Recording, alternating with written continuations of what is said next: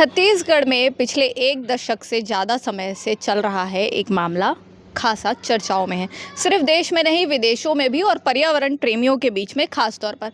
विषय है हसदेव अरण्य का।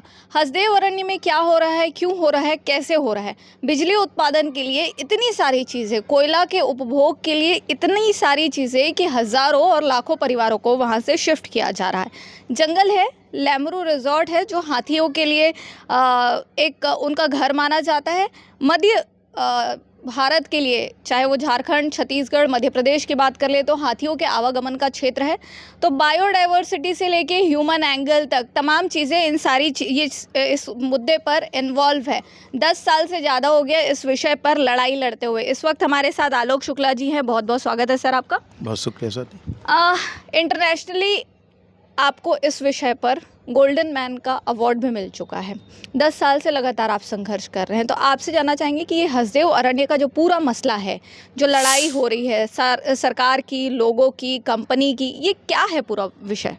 देखिए, जो हसदेव का जंगल है मध्य भारत का बहुत ही एक समृद्ध प्राकृतिक साल जंगल है।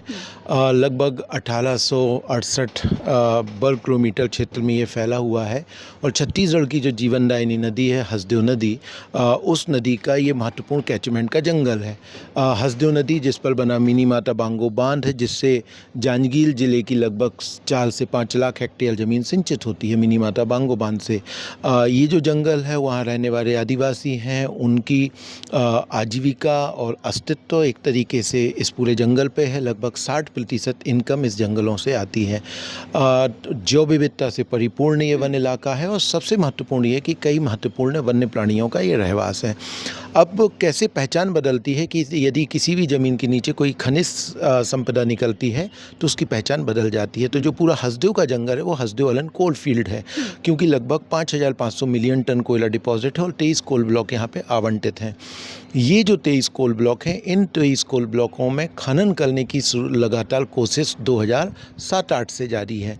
2010 में इस पूरे इलाके को खनन से मुक्त रखते हुए केंद्रीय वन एवं पर्यावरण मंत्रालय ने नोगो इलाका घोषित किया था। नोगो के पीछे कारण ये था कि यहाँ की पर्यावरणीय संवेदनशीलता, हाइड्रोलॉजी और तमाम जो वन्य प्राणियों की उपस्थिति है। लेकिन तो उस समय नहीं हुआ, लेकिन 2012 में 2 कोल ब्लॉक को स्वीकृति दी गई थी, ये कहती हुए कि फ्रिंज इलाका है पलसा ईस्ट केतेवासन, जो कि राजस्थान सरकार के पास है और अडानी कंपनी उसके पास खनन का MDO का अनुबंध है। 2014 में यहाँ के सारे कोल ब्लॉक कैंसिल हुए क्योंकि सुप्रीम कोर्ट का कोलगेट का जजमेंट आया था, जिसमें 204 कोल ब्लॉक में हसदेव के भी 23 कोल ब्लॉक थे। जब 2014 में पुनः कोल ब्लॉक के आवंटन शुरू हुए तो यहाँ की ग्राम सभाओं ने, क्योंकि ये 5वीं अनुसूची का इलाका है और आदिवासियों के संवैधानिक अधिकार है कि उनकी सहमति के बिना आप भूमि अधिग्रहण और जंगल नहीं ले सकते, ग्राम सभाओं ने विरोध किया कि आप कोल ब्लॉक की नीलामी मत करिए। बावजूद ग्रामीणों के विरोध के बाद 7 कोल ब्लॉकों के आवंटन हसदेव में किए गए। उन कोल ब्लॉकों में खनन को शुरू करने की लगातार कोशिशें जारी हैं, जिसको रोकने के लिए लगातार हसदेव के लोगों का आंदोलन अभी भी जारी है और संघर्ष अभी भी चल रहा है। अच्छा, लगातार हम ये देखते हैं कि वहाँ के लोग जो हैं, चूँकि लंबा समय हो गया है, जैसे कि आप कह रहे हैं कि 2007 से ये चीज़ें जो है वो शुरू हुई हैं, लगभग 14-15 साल होने को आ गए हैं। लोग वहाँ से पदयात्रा करके रायपुर तक पहुँचते हैं। यहाँ से लोग जो है वो अपनी बात रखने के लिए, हसदेव के आदिवासी अपनी बात रखने के लिए, जिनको हम सुलझा हुआ बहुत नॉन डिमांडिंग टाइप के लोग में गिनते हैं, वो अपनी बात रखने के लिए दिल्ली तक पहुँचते हैं। क्या है ये 10 सालों के संघर्ष का सार, क्या निकल रहा है? क्योंकि कई बार डिस्कशन में आता है कि भाई 40 कोल ब्लॉक्स होने थे, 23 से 27 के बीच में कुछ बातचीत चल रही है। ये क्या है, पूरा मसला क्या है? कितने कोल ब्लॉक्स हैं वहाँ पे, कितनों का आवंटन रुका, कितनों का होना था? ये 10 साल के संघर्ष के बारे में कुछ बताएंगे। देखिए, सबसे पहले तो जो 10 सालों का संघर्ष है, उस संघर्ष का ही नतीजा है कि हम आज हसदेव की बात कर पा रहे हैं और वो जंगल अभी भी बचा हुआ है। जो 2012 में पलसा ईस्ट केतेवासन में खनन शुरू हुआ था, किसी भी नए कोल ब्लॉक में अभी कोई कंपनी खनन नहीं शुरू कर पाई है। ये लोगों के संघर्ष की वजह है। लेकिन ये भी सच्चाई है कि जो पलसा ईस्ट केतेवासन कोल ब्लॉक है लगातार आगे बढ़ा है। जो 10 सालों में हुआ ये है कि एक लगातार हसदेव के अंदर हम लोग एक डिमांड कर रहे थे कि यहाँ पे हाथी का प्रेजेंस है और लेमलू एलिफेंट रिजर्व 2005 में प्रस्तावित था, लेकिन कंपनियों के दबाव में इसको बनाया नहीं गया था। जब कांग्रेस की सरकार आई तो कांग्रेस ने भी कहा कि हम लेमलू एलिफेंट रिजर्व बनाएंगे, और हमें याद है 2015 में राहुल गांधी हसदेव आए थे और उन्होंने कमिटमेंट किया था कि हम इस लड़ाई के साथ हैं। तो जब सरकार बदली तब हमने कहा कि आप लेमलू एलिफेंट रिजर्व नोटिफाई करिए और हसदेव के कोल ब्लॉक को खनन से मुक्त रखने के लिए आप घोषणा करिए, लेकिन ये नहीं किया जा रहा था। और जो पलसा कोल ब्लॉक है, एक सरगुजा का ही कोल ब्लॉक है, 2018 में फर्जी तरीके से ग्राम सभाएं करके और वन स्वीकृति ली जा रही थी, जिस पर लोगों ने ये कहा कि देखिए सरकार बदली 2018 में, ये फर्जी ग्राम सभा हुई है, इसकी जांच करवाएं और जो वन स्वीकृति की प्रक्रिया उसको रोकें। नहीं रोका गया। अंततः 2021 में 2 अक्टूबर से 14 अक्टूबर के बीच में हसदेव के 500 लोगों ने तय किया कि हम पदयात्रा करके रायपुर आएंगे, और पैदल चल के हम रायपुर पहुंचे। हमारी 3-4 डिमांड थी। पहला ये कि हसदेव में लेमलू एलिफेंट रिजर्व नोटिफाई हो, पलसा कोल ब्लॉक की जो तमाम स्वीकृति प्रक्रियाएँ हैं वो निरस्त हों, और कोई भी नया खनन हसदेव में नहीं होना चाहिए। तो जब हम पैदल निकले तो उस जो व्यापक एक समर्थन, सॉलिडारिटी पूरी दुनिया से जो मिला, उसका नतीजा ये हुआ कि 7 तारीख को ही छत्तीसगढ़ सरकार ने लेमलू एलिफेंट रिजर्व का घोषणा कर दिया। लेमलू एलिफेंट रिजर्व बनने से ये हुआ कि जो हसदेव का एक बड़ा हिस्सा है वो उस क्षेत्र में आ गया और वो हाथी के लिए संरक्षित एक इलाका घोषित हुआ, जिससे 23 में से 17 कोल ब्लॉक उसके अंदर आ गए। जो 7 कोल ब्लॉक आवंटन थे, उन 7 कोल ब्लॉकों के आवंटन में जो 2 कोल ब्लॉक थे वो लेमलू में आने से उनकी प्रक्रिया रुक गई। 2019 और 2023 दोनों में मिला के करीब 8 और 13 कोल ब्लॉक के नीलामी होने वाली थी उसी लेमलू एलिफेंट रिजर्व में, लेकिन लेमलू एलिफेंट रिजर्व बनने, ग्राम सभाओं के विरोध और राज्य सरकार के विरोध के चलते नीलामी की प्रक्रिया भी रुकी। तो आज की जो स्थिति ये है कि वो 17 कोल ब्लॉकों की प्रक्रियाएं रुकी हैं, जो एक बड़ा इलाका है, लेकिन जो मूल डिमांड थी कि जो पलसा कोल ब्लॉक की जो जांच की जाए। हमें याद है जब हम गवर्नर से मिले तो गवर्नर ने चिट्ठी लिखी थी चीफ सेक्रेटरी को कि पलसा कोल ब्लॉक के फर्जी ग्राम सभाओं की जाँच की जाए। आज तक वो जांच नहीं हुई और बिना जांच किए ही पलसा कोल ब्लॉक की खनन की प्रक्रिया को आगे बढ़ाया जा रहा है। तो आज की समय स्थिति ये है कि 23 में से 6 कोल ब्लॉक लेमलू एलिफेंट रिजर्व के बाहर हैं। उन 6 कोल ब्लॉक में से 3 कोल ब्लॉक राजस्थान सरकार के पास हैं, जिनके एमडीओ अनुबंध अडानी के पास है। उस 3 में से 1 में खनन जारी है, जिसके दूसरे चरण के लिए 26 सितंबर 2022 और 23 दिसंबर 2023 को पेड़ काटा गया और अभी पुनः पेड़ काटने की तैयारी चल रही है। पलसा कोल ब्लॉक, जिसकी फर्जी ग्राम सभा की जांच करके वन स्वीकृति को कैंसिल करना था, उसकी मांग को लेकर 850 दिनों से अभी भी अनिश्चितकालीन धरना लगातार हसदेव में जारी है। अच्छा, ये धरना जो है वहाँ पर लगातार जारी है। थोड़ा सा आएंगे बायोडाइवर्सिटी पे, यहाँ के कितनी तरह की, क्योंकि हाथियों की भी अपनी प्रजाति होती है। लगातार अगर हम हसदेव की बात करें तो कितने तरह के सांप वहाँ पाए जाते हैं, कितनी तरह की पक्षियाँ हैं, तमाम चीज़ों पर हमेशा पर्यावरण प्रेमियों के बीच में जिक्र रहता है। क्या है वहाँ की बायोडाइवर्सिटी? पूरे हसदेव की जैव विविधता पे wild life institute of India ने स्टडी की है, जैव विविधता की स्टडी। और मज़ेदार है कि उस रिपोर्ट में खुद इन चीज़ों को स्वीकार किया गया है कि 9 के आसपास जो मैमल्स हैं, वन्य प्राणी हैं, जो कि शेड्यूल बन के हैं, है ना। 60 से ज़्यादा इस तरीके की वनस्पतियां हैं जो विलुप्त प्राय, उसमें कई महत्वपूर्ण हैं। कई महत्वपूर्ण पक्षी की प्रजातियां उस जंगल में पाई जाती हैं, जिसमें बहुत सारी ऐसी प्रजातियां हैं जो लगभग विलुप्त प्राय एंडेंजर्ड कैटेगरी में शामिल हैं। उसी रिपोर्ट में ये कहा गया कि यदि हसदेव में खनन हुआ तो खनन के अपरिकल्पनीय प्रभाव होंगे जिनकी आप कभी भरपाई नहीं कर सकते। और उसमें रिकमेंडेशन के रूप में ये कहा गया उस रिपोर्ट में कि खनन को पूर्णतः हसदेव में प्रतिबंध लगा देना चाहिए। इसीलिए ज़रूरी है क्योंकि यदि खनन हुआ तो जो हसदेव नदी है वो पूर्णतः ख़त्म हो जाएगी। और दूसरा महत्वपूर्ण है जो बांगो बांध पे उसके अस्तित्व आएंगे। दूसरा उन्होंने कहा कि जो मानव हाथी संघर्ष है वो इतना बढ़ जाएगा कि आप कभी भविष्य में इसको संभाल नहीं सकते। और उन्होंने कहा कि जो चालू माइनिंग है वो भी बहुत नियमों के तहत आप माइनिंग करिए और नई कोई भी माइनिंग हसदेव में नहीं होनी चाहिए। अब आप बताइए, ग्राम सभा ने विरोध किया, छत्तीसगढ़ की विधानसभा ने 26 जुलाई 2022 को संकल्प किया सर्वसम्मति से कि चालू खदान के उन्होंने तो ये कहा कि सारे कोल ब्लॉक कैंसिल किए जाए, उसमें चालू खदान की बात है। भारतीय वन्यजीव संस्थान ने कहा कि माइनिंग नहीं होना चाहिए।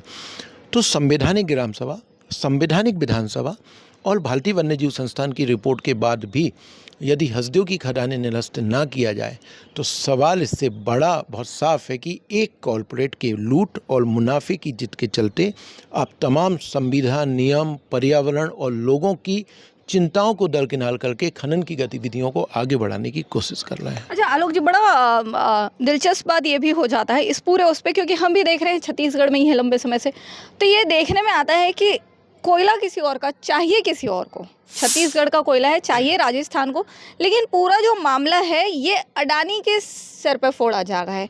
कई बार ये खबर भी निकल कर आई कि जो कोल ब्लॉक को अभी 10 साल और चलना था, वहाँ इतनी तेजी से खनन किया गया कि वो 3 साल में ऑलमोस्ट एंड पे है। ये क्या है पूरा मामला? देखिए, अडानी के ऊपर फोड़ा नहीं जा रहा है, इसको उल्टे विपरीत शब्दों में बोलना पड़ेगा कि राजस्थान की आड़ लेके अडानी अपने मुनाफे और लूट के लिए इस खदान को चला रहा है। आज मैं गया था तिल्दा में, एक जनसुनवाई थी अडानी पावर प्लांट की, जो पहले GMR हुआ करता था। जो पलसा ईस्ट केतेवासन कोल ब्लॉक है उसमें एक शर्त है कि जो लिजेक कोयला निकलेगा कोलबासिली से 30% कोयला अडानी कंपनी के अपने स्वामित्व में होगा। अच्छा। और वो फ्री ऑफ कॉस्ट उसका उपयोग करेगा।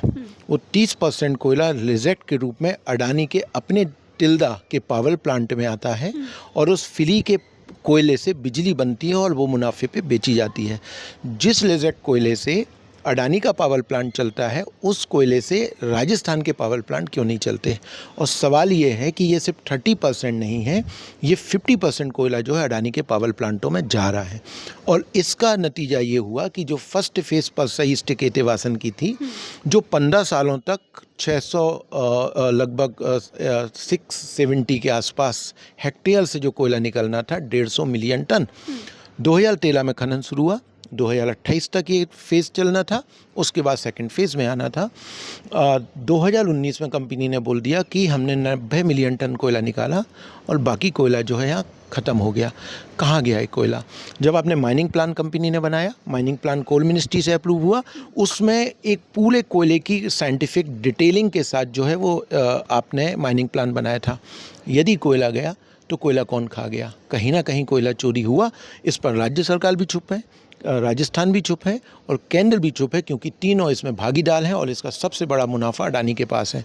तो ये जो हसदेव उजाड़ने की जो कोशिश है, ये राजस्थान की कोयले की ज़रूरत के लिए नहीं बल्कि अडानी कंपनी के मुनाफे के लिए। क्यों? क्योंकि अडानी कंपनी उस लिजेक्ट के नाम पे अपने पावर प्लांटों को संचालित कर रहा है। तो बिल्कुल अडानी कंपनी का यहाँ पे जो पूरा मामला है ये तो दिख रहा है, लेकिन दूसरी तरफ सरकार की भूमिकाओं पर भी आप लगातार प्रश्न उठा रहे हैं कि किस तरीके से सरकार बदलती है। सरकार बदलने के साथ ही लिए हुए फैसले भी बदल जाते हैं।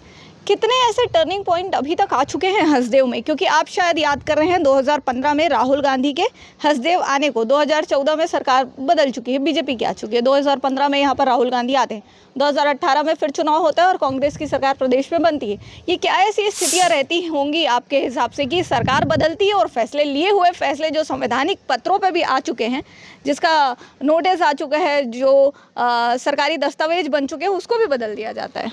देखिए, पिछले 12-14 साल हो गए हसदेव में लड़ते हुए। 14 सालों में राजनीतिक दलों के वादे, उनसे मुकरते हुए और उनकी बेईमानी को हमने बहुत अच्छे से देख लिया है। विपक्ष में जो दल होता है वो हसदेव के साथ खड़ा होता है और सत्ता पक्ष में आके बेशर्मी के साथ हसदेव को जाड़ने का काम करता है। 2015 में आपने सही कहा, जब राहुल गांधी आए उन्होंने कहा कि एक पेड़ यहाँ का नहीं कटना चाहिए, आप ये आदिवासियों की कीमत पे जंगल नहीं उजड़ेगा। यदि कांग्रेस ने उस कमिटमेंट को पूरा किया होता तो लोगों को 300 किलोमीटर पैदल चल के रायपुर नहीं आना होता, लोगों को संघर्ष नहीं करना होता। और जिस तरीके से भूपेश सरकार में पेड़ कटाए गए, फोर्स लगा के गिरफ्तारी करके, वो सब ने देखा। जब ये सब चीज़ें भूपेश सरकार में हो रही थी तो मुझे अच्छे से याद है कि इसी बीजेपी के जो नेता थे विपक्ष के, चाहे वो रामविचार नेताम हों, चाहे वो विजय शर्मा हों, ये तमाम लोग जो हैं वो धरने स्थल पे पहुंच रहे थे। मुझे याद है कि बीजेपी के मीडिया जो आईटी सेल था, उन्होंने जो है एक वीडियो बनाया था हसदेव पे, और वो काफ़ी उन्होंने डाला था कि किस तरीके से घोटाला भ्रष्टाचार हो रहा है। लेकिन अब दुखद देखिए कि सरकार बदलती है, मंत्रिमंडल के विभागों के बंटवारे नहीं होते हैं और फोर्स लगा के बेशर्मी के साथ पेड़ काटे जाते हैं। 3 दिन पहले हसदेव के अंदर जो ग्राम सभा हुई, छत्तीसगढ़ पैसा नियम ये कहता है कि सर्वसम्मति से, सर्वानुमति से फैसला होगा। एक व्यक्ति भी विरोध करता है तो ग्राम सभा निरस्त होगी। एसडीएम की उपस्थिति में पूरे गांव को छावनी बनाकर अधिकारियों की उपस्थिति में जबरन ग्राम सभा करवाई गई। लोगों का विरोध दर्ज हुआ। जब विरोध दर्ज हुआ तो छत्तीसगढ़ पैसा नियम के मुताबिक तो ग्राम सभा हो ही नहीं सकती थी। आपको निरस्त करनी थी और गुप्त मतदान करवाना चाहिए था, लेकिन आपने उस ग्राम सभा को करवाई, और जो एसडीएम ने ये ग्राम सभा करवाई, अगले दिन भ्रष्टाचार के आरोप में वो जेल में है। तो आप समझिए कि जो एक गरीब व्यक्ति से भ्रष्टाचार का जो पैसा लेता है, वो कंपनी से कितना पैसा लेके लोगों को उजाड़ने का काम कर रहा है। ये अपने आप में बहुत दुखद है कि जो प्रशासन है, जिसके ऊपर दायित्व है नियम और कानूनों के पालन का, यदि वही इस तरीके से करेगा तो लोग किसके पास जाएंगे, न्याय कहाँ से मिलेगा? तो बिल्कुल लोग किसके पास जाएंगे और न्याय कहाँ पे मिलेगा? सबसे बड़ी बात आती है आदिवासियों की, जो वहाँ के मूलवासी हैं, उनके रहने की व्यवस्था पर हर बार बात उठते हैं। चाहे जितने भी कोल ब्लॉक्स के आवंटन हुए हों, खदानें खोद दी गई हों अभी तक के, वो जंगलों को उजाड़ दिया गया हो, या जितने भी बचे हो, तो सबसे प्रमुख जो विषय है कि वहाँ के जो ग्रामीण हैं, वहाँ के जो आदिवासी हैं, उनका पुनर्वास। आपने अभी तक अपनी बातों में कई बार जिक्र किया 5वीं अनुसूची का, पेशा कानून का। तो क्या वाकई इनको उस ग्राउंड पे रहने की व्यवस्थाएं मिल रही है? और क्या, क्योंकि विरोधाभासी स्थितियां भी होती है, तो क्या वाकई वहाँ पे जिनको जगह मिली है रहने के लिए वो वहाँ पे रह रहे हैं, और क्या संतुष्ट हैं इन चीज़ों से?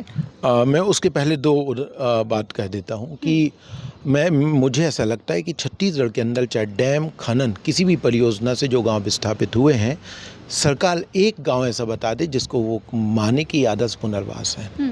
गांव को उजाड़ के गांव कभी नहीं बसता है, उसकी अपनी एक आत्मा होती है, गांव के अपने संसाधन होते हैं। परसई केतेवासन में जो केते गांव को उजाड़ा गया था 2014 में, उस गांव से जो करीब 100 के आसपास 70 परिवार उजड़ के जिनको पुनर्वास दिया गया, आप विश्वास करेंगे कि उन 70 परिवारों में जो बासिन गांव में जो कॉलोनी बनाई गई थी, उसमें 2 परिवार भी नहीं रहते हैं। क्यों नहीं रहते हैं? कि जो गांव के लोग हैं उनकी अपनी एक रहने की व्यवस्था है, घर है, अनाज रखने की जगह है, खेती की जगह है, गाय बैल रखने की जगह है, वो तो कुछ है नहीं। 10 बाई 10 के सीमेंट के घर में वो कैसे रह सकते हैं? तो सवाल यही है कि जो ये कहा जाता, कल एक मैं किसी मीडिया समूह की एक स्टोरी देख रहा था, वो केते गाँव के एक व्यक्ति का बता रहे थे कि उस व्यक्ति को 35 लाख मुआवजा मिला था, आज उसके पास 35 रुपये नहीं है, मजदूरी करके वो अपना जीवन यापन कर रहा है। जिन आदिवासियों को आपने एकदम से पैसा दे दिया है, आज के समय उसमें 5% लोग भी ऐसे नहीं हैं जो ज़मीन के बदले ज़मीन खरीद पा रहे हैं, और ज़मीन जो उनकी एक टिकाऊ आजीविका का व्यवस्था है, आप उनको उस टिकाऊ आजीविका से निकाल के एक ऐसी आजीविका की ओर ढकेल रहे हैं जहां वो नहीं सर्वाइव करेंगे। कितने आदिवासी हैं जो शहरों में आके मजदूरी करके कमा पाएंगे? तो सवाल ये है कि आदिवासी, और इसीलिए ये जो 5वीं अनुसूची की बात है, 6वीं अनुसूची की बात है, जो संविधान के अंदर प्रावधान किए गए थे, और 2013 का लैंड एक्विजिशन कानून, वो साफ तौर पे ये कहता है कि 5वीं अनुसूचित इलाकों में भूमि अधिग्रहण होना ही नहीं चाहिए। यदि अंतिम विकल्प होगा तब आप भूमि अधिग्रहण करिए। क्या हसदेव अंतिम विकल्प है लैंड एक्विजिशन के लिए? कितने कोल ब्लॉक ऐसे हैं जो जंगल क्षेत्र से बाहर है, 5वीं अनुसूची इलाकों से बाहर है? लेकिन दिक्कत ये है कि संविधान की उस आत्मा का, कानून की उस आत्मा का पालन नहीं किया जा रहा है, और आदिवासी इलाकों को आज बुरी तरीके से उजाड़ा जा रहा है, चाहे वो हसदेव हो या तमाम इलाके हों। लेकिन कैसी ये स्थिति है कि आपको उसी प्रोजेक्ट के लिए आत्मा को उजाड़ा जा रहा है, ग्रामीणों को उनके हक की चीज़ें नहीं मिल पा रही है, आपको उसी लड़ाई के लिए, उसी संघर्ष के लिए इंटरनेशनल अवार्ड से नवाजा जाता है, पर देश आज भी कहीं ना कहीं उस चीज़ को समझ रहा है, नहीं समझ रहा है? देखिए, महत्वपूर्ण है कि ये जो अवार्ड है, आज हम हसदेव की बात कर रहे हैं, और हम जो साली में जो आंदोलन कर रहे हैं, हलिहल पुल में आंदोलन कर रहे हैं, उस आंदोलन की आवाज़ यदि बिलासपुर में नहीं होगी, रायपुर में नहीं होगी, एम्पलीफाई नहीं होगी, तो अंततः निराकरण कैसे होंगे। तो सवाल होता है कि आपके मुद्दे की व्यापकता। ये जो अवार्ड है, ये अवार्ड निश्चित तौर पे जो हमारी संघर्ष है पिछले 12 सालों का, ये संघर्ष एक अंतर्राष्ट्रीय स्तर पे हमारे मुद्दों को ले जाने का एक माध्यम है। और आज हसदेव की बात एक वैश्विक स्तर पे की जा रही है। तो कहीं ना कहीं जब कोई मुद्दा एक वैश्विक स्तर होता है तो एक नैतिक दबाव सरकारों पे कहीं ना कहीं एक होता है। अब ये अलग मुद्दा है कि हमारी जो सरकार है वो इतनी ही बेशर्म हो जाए कि उस पर कोई नैतिक दबाव काम ना करे, तो ये अपने आप में सवाल है। लेकिन आज पूरी दुनिया के अंदर ये कहा जा रहा है कि हसदेव को नहीं उजड़ना चाहिए। और ये भी महत्वपूर्ण है कि देखिए, हसदेव ने एक उम्मीद जगाई है। आज जो हसदेव बचा है, या पिछले 12 सालों से आप सोचिए कि यदि हसदेव के लोग नहीं लड़ रहे होते तो क्या हसदेव आज बचा होता। आज जो एक कोल ब्लॉक में खनन हो रहा है, ये मुझे लग रहा है कि 7 कोल ब्लॉक या 10 कोल ब्लॉक में हो रहा होता। तो जिस जंगल को आज बचाने की रायपुर में बैठ के हम बात कर पा रहे हैं, वो इसीलिए बचा है क्योंकि वो लोग लड़े हैं। तो जो बचा है उसने कहीं ना कहीं आज दुनिया के सामने एक उम्मीद जगाई है कि कितना भी ताकतवर कॉरपोरेट हो, कितनी भी ताकतवर सरकार हो, लोग यदि साफ नियत से, लोकतांत्रिक तरीके से, कानून का इस्तेमाल करके यदि संघर्ष करते हैं तो वो लड़ सकते हैं और जीत सकते हैं। आज यदि लेमलू के अंदर पतुरिया गिदमुड़ी खदान जो छत्तीसगढ़ सरकार की है, आपका मदनपुर साउथ खदान जो आंध्र प्रदेश सरकार की है, दोनों के एमडीओ एक बिरला के पास है और एक अडानी के पास, यदि ये कैंसिल हुए हैं और वो 7 गांव विस्थापित होने से बचे हैं तो ये भी संघर्ष की जीत है। 8 कोल ब्लॉक नीलामी से बचे हैं तो ये भी संघर्ष की जीत है। तो मुझे लग रहा है कि हसदेव का संघर्ष 2 स्थितियों से गुजर पा रहा है। एक वो इलाका जो बचा है संघर्ष से, वो जश्न की बात है। एक वो इलाका जहां संघर्ष को दरकिनार किया जा रहा है, अनसुना किया जा रहा है, जहां संघर्ष हमारा जारी है। लेकिन ये जो जीत है, ये हमें ताकत देती है और लड़ने के लिए। तो बिल्कुल जो बचा हुआ हसदेव है वो ताकत देता है और लड़ने की, ये कहना है आलोक शुक्ला जी का। आपका बहुत बहुत धन्यवाद लोकमत को इतना समय और हसदेव को इतना विस्तृत समझाने के लिए। बहुत शुक्रिया। जी, तो ये है हसदेव की पूरी कहानी कि आखिर लोग कितना संघर्ष कर रहे हैं अपने जल जंगल ज़मीन और जीवन को बचाने के लिए। रायपुर से स्वाति कौशिक की रिपोर्ट।